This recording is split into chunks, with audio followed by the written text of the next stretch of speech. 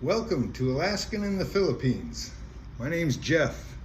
Today we're going to talk about money. All the talking heads will tell you need to bring 10,000 in cash and bring that in case all your bank accounts don't work. 10,000 in crisp new $100 bills. I don't know. I tell you, if you can afford to lose 10,000 in cash, by all means go ahead and bring it. But if not, it's kind of bad advice and I wouldn't do it if I were you. You see, you just have a bank account. Call your bank before you leave. Let them know you're going to be in the Philippines. This is very, very important because if you show up in the Philippines and didn't notify your bank, they're going to send you a text code or maybe just lock your account.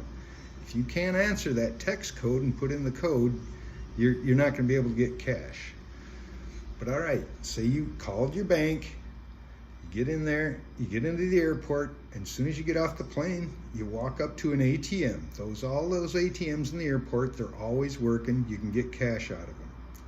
Get that cash, maybe get 20,000 pesos, that's like $400, but do bring some cash. I'm not saying don't bring any cash. I'd say bring maybe 1,500 to 2,000 in cash. That should tide you over. And if you happen to get ripped off if you get ripped off somehow, it ain't the end of the world. You can always recover off a loss of 2,000, hopefully. But if you get into a situation where you're in some seedy motel room in Manila and you have to babysit, $10,000, it can be hard. What are you gonna do? You can stuff some in your shoe, stuff some under the mattress. You're gonna break it up. You're gonna try to lose it all at one time. You're gonna worry about it. And it's going to be hard to spend that 10,000 eventually when you're here and you don't need it anymore. It's going to take you a long time to spend that $10,000 in cash. I'd say just, no matter what, if you have $2,000 in cash, I actually only bring about 1,500. I have 2 bank accounts and I have a debit card for each of those bank accounts. I have a Wise account. Thanks, Geo, for that bit of information. That account has a debit card with it, and you can have some cash in that bank too. They have a place you can deposit your own. You can transfer some money into the actual Wise account. I also have a PayPal account. I can PayPal things. I got a girlfriend here I can PayPal cash to. And that way I can PayPal it to her and pick it up, have her pick it up with Gcash or however. I also have a Western Union. Get that. And it's a good idea to make sure these work before you leave the US. Have a phone that you can get back. If you can keep your old phone number and get here and that phone number still works, that's gold. But someone paying $50 a month just to have a phone so you can get a text code is probably not the best either. You're going to be burning through money for a phone that you're probably not going to be using that much, but when you need it, it would be worth it. So if you can do it and you can afford to spend the money to keep your old phone and old phone number, that's probably a good thing. But like I say, when you get here, you go to the cash ATMs in the bank or in the airport, and you get some cash out of that. And you can also go over to the airport and you can get trade in your US dollars and get some pesos that way too. So right away you don't have to babysit all that money, and you're a lot safer. In my opinion. Someone may differ. In fact, I've said that on some of the Talking Heads channel, and they just delete my comments. They don't want to hear it. That I'm wrong. I'm going against what they're saying. No, I'm trying to keep you from losing $10,000. But anyway, that's my little piece of advice. I'm no expert. I've been in and out of the Philippines 7, going on 8 times, I think. And now I'm finally retired here.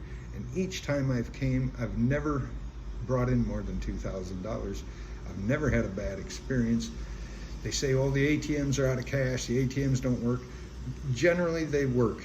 If you go into a front of a bank that has an ATM that'll work with your card, I use my card is Visa debit card only. I don't even have a credit card. And I go to BPI Bank during business hours. If I put in my card and some problem happens, I can go into the bank and see what's wrong, and I can get my cash or get my card, one or the other. But those BPI Bank ATMs always have cash during business hours. So as long as you keep that in the back of your mind, if you show up on a Sunday night, yes, you want to have some cash, I would advise get some cash at the airport, trade in your US dollars, or hit the ATM there. Do both. Hit the ATM, make sure your card's working. Then go over and trade in some of your $100 bills and get some more peso cash, you know. You don't really need a lot of cash here.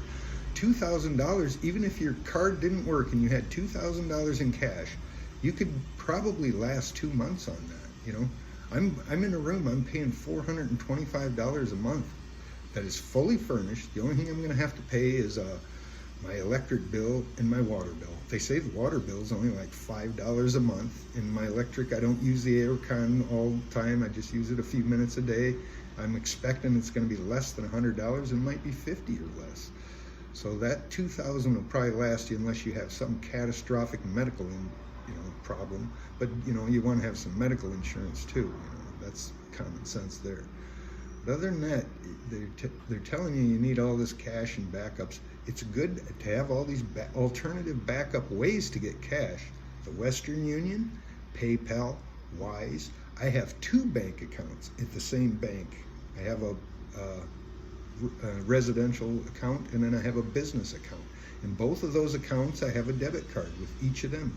So if one card gets shut down, I can have my other card, and figure out a way to get some cash anyway. But then, you never know, bad things could happen. I'm not saying it's not impossible. You could lose your wallet. You could lose all your cards. I would break up your cards, keep one in your bag, one in your wallet, maybe one in your shoe, who knows. Keep some cash, split up, some in your bag, some in your wallet. Don't keep it all in the same place in case you do get ripped off. It might not be such a terrible loss, and you'll have backup, a way to get ahead, or at least make it through until you can call your bank, have another card sent out. Might take 2 weeks, have them Federal Express it, because mail don't work here. You gotta have Fed Express everything if you want it. So do that. Your $2,000 should easily last you 2 weeks, even if you had to get an expensive hotel room. It shouldn't be too much of an inconvenience. It'll suck. You'll be stressed to the limits for sure, but you'll at least it'll come, and you'll have some cash. You won't be out on the street. And the street food here is so cheap. If you really, really had to, you could probably live on, like I do. I go down and I buy chicken from the chicken lady down the road. She only charges me $1.50. I get 6 pieces of chicken. That's my breakfast. That keeps me full most of the day.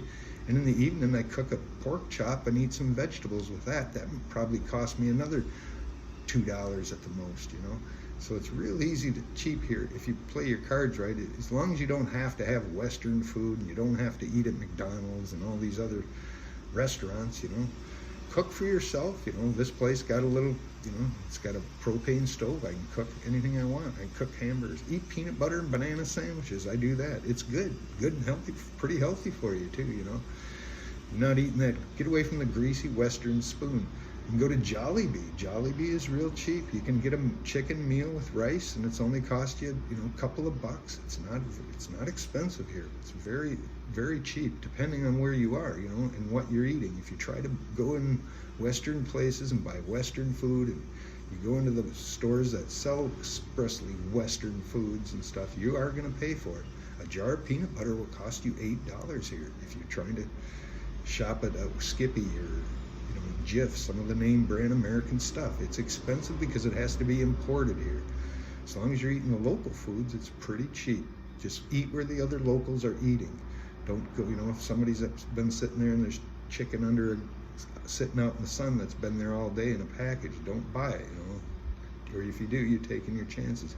Go where the locals are eating, and then you see their turnover, or you're watching them cook it right in front of you, and then you can eat, and it's cheap. You'll make it a month on $2,000 easy. In fact, you could make it two months. My budget won't be $2,000 this month for 2 months. I can see that coming already. It's going to be a lot less than that. So I've been here, almost going on a month now, a little over 3 weeks, I think. I haven't got my first 30 days extension yet, but when I do, I'm still not going to have burned through even, I would say $600-700, maybe $800, $900 at the most, and that's it for just my month, So if you had $2,000, you'd make it for 2 months. by then you'd definitely have your bank problem straightened out. You'd have your new card here.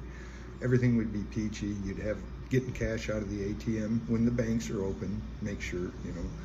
So that's my little tip of the day. And if you disagree, that's fine. I may be wrong. I'm not right all the time, but I'm happy to hear your comments. If you got something to say, let me hear it. If I'm wrong, tell me. I'll change my way. I'm not stupid. I can learn yet. So, but that's my take on the subject of being in and out of the Philippines about, I think, 8 times now.